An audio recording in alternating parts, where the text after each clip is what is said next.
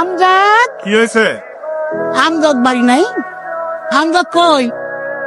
তুমি ওরা বলো যে না খালা, আমি ওর খালা হই। কি ব্যাপার হবে খেলা? তুমি এই সময়? আমি তোমার কাছে একটা দরকারে আইছি। ওর নাম আয়াত। বাস অ্যাক্সিডেন্টে ওর বাপ মা সবাই মরে গেছে। ওরে দেওয়ান এখন কেউ নাই। তোর যদি তুমি একটু জায়গা দিতা। কোনো সমস্যা নাই, আমার বাড়ি তো খালি পড়ে রয়েছে। একটা করে নিলে থাকবো। খালা থাকুক, কাম কাজ করবো, নিজের বাড়ি মনে করে থাকবো। খালা আমার একটা জরুরি কাম আছে, আমি আইয়া বাকি কথা কব না। হয়তো বাইক স্টার্ট দে, তুমি ঘরের ভিতরে যাও। যাও, আসো। ওই যে ওইটা তোমার সিট। নাম কি তোর?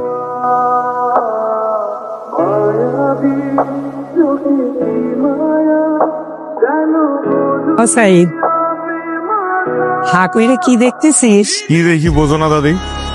নাতির যে বিয়ের বয়স হয়েছে, চুলদারি পেকে গেছে। বিয়ে যে করবি, চাকরি করিস, ঘরের চাল তো সাদা, খাওয়াবি কি? কি কও দাদি? সকাল থেকে সন্ধ্যা অব্দি চাচার পিছনে ঘুরি, জমির হিসাব করি, কোর্ট কাছারি, বিচার সালিশ। তাদের আমি চাকরি তো করতেছি। বুঝলাম চাকরি করিস, মাইয়া ডেকে কোন বাড়ির মাইয়ে? আছে একজন, পরে কবানে। এক গিলাস পানি দেন দিনি।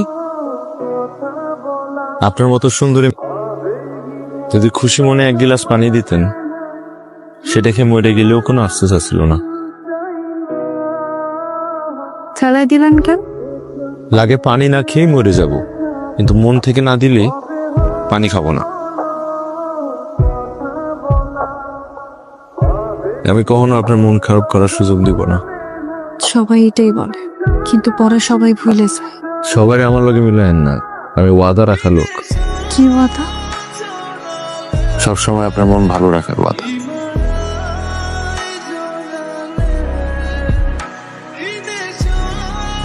আপনাকে খোলা চলে সেরাম লাগে।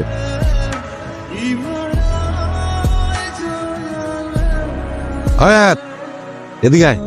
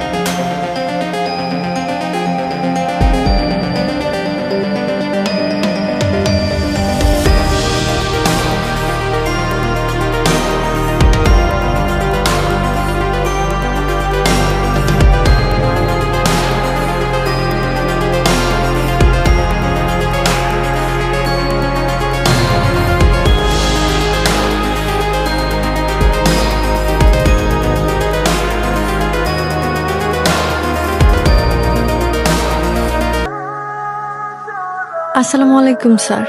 ওয়ালাইকুম আসসালাম। আমার বাবার নাম মাসুদ হাসান, আপনার বাবার বন্ধু ছিলেন। আমার কাছে আপনারে দেওয়ার মতো অত টাকা পয়সা নাই তো স্যার, দয়া করে সাইফরে বাঁচান। বিশ্বাস করেন, ওর মতো ভালো মানুষ হয় না। আপনি মামলাটা নেন স্যার। সাইফ আমার জন্য জেল খাটতেছে। তার হাজবেন্ড? তরমানের করে বিয়ে করেন। দেখি ফাইলটা দেখি। ওগুলো আপনার কাছে রাখেন, দেখি আপনার জন্য কত কি করতে পারি। দেখুন আপনি তো কিছুই খেয়ে পড়ছেন না। আমার জানা মতে ওই রাতে চেয়ারম্যান আয়াতের সঙ্গে ধস্তাধস্তি করে, আয়াতের সম্ভ্রমণী করার চেষ্টা করে, ঠিক তো? আমজাদরে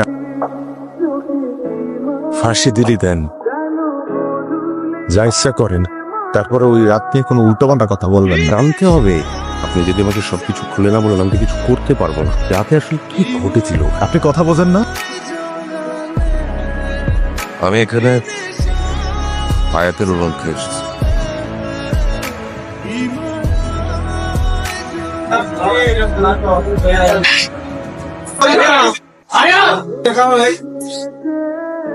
কতদিন পর তোমার দেখলাম, ভাল লাগতেছে। আমার একটা কথা রাখবো। তুমি বলেছো আর আমি রাখি নাই, এমন কোনোদিনও হয়েছে? ভুলে যাও, তুমি আমার এই সিন না।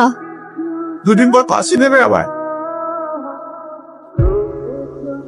এখানটা একটা সই করতে হবে। আমি কোনোভাবেই আপনাকে আর সাহায্য করতে পারবো না, কারণ আপনি যে স্বীকারোক্তি দিয়েছেন তাতে আপনার ফাঁসি হয়েই যাবে। স্যার, আপনার কাছে আমার বেশি কিছু চাওয়ান্তি, তবে একটা অনুরোধ করি, আমার কি একদিনের জন্য জামিন দেওয়া যায়? জামিন? একজনের কথা দিচ্ছিলাম, তারে বিয়ে করুন।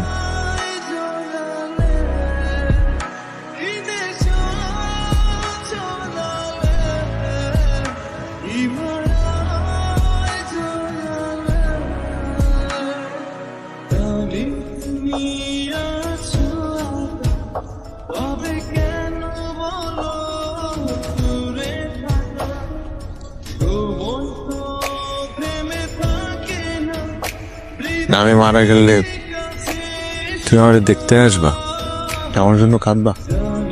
আর একবার যদি মরটার কথা বলিস, তাহলে আমি দিয়েছে তোমার পানির মধ্যে সবাই মেরে ফেলবা।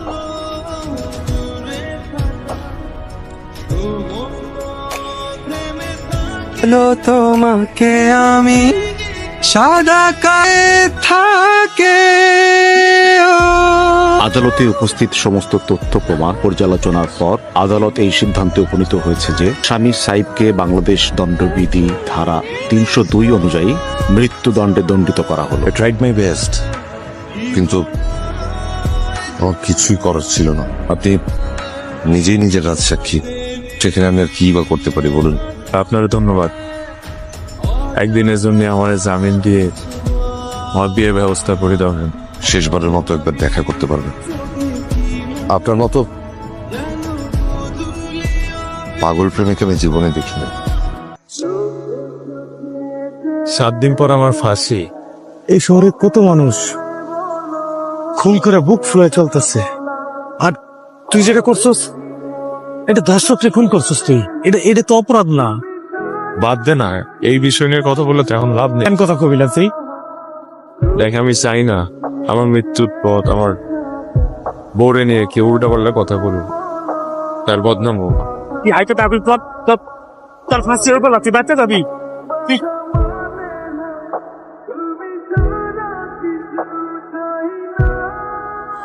আবার কখনো দেখা হবে কিনা জানি না, কখনো দেখা না হয় আমি আল্লাহর কাছে দোয়া করবো সাথে আমাকে আবার দেখা হবে। আমি ওই দুনিয়ায় জানো তোমার বউ হয়ে থাকি। আমার ছেড়ে থাকার যন্ত্রণা ওই দুনিয়াতেও তুমি সহ্য করতে পারবা তো? তোমারে কইছে আল্লাহ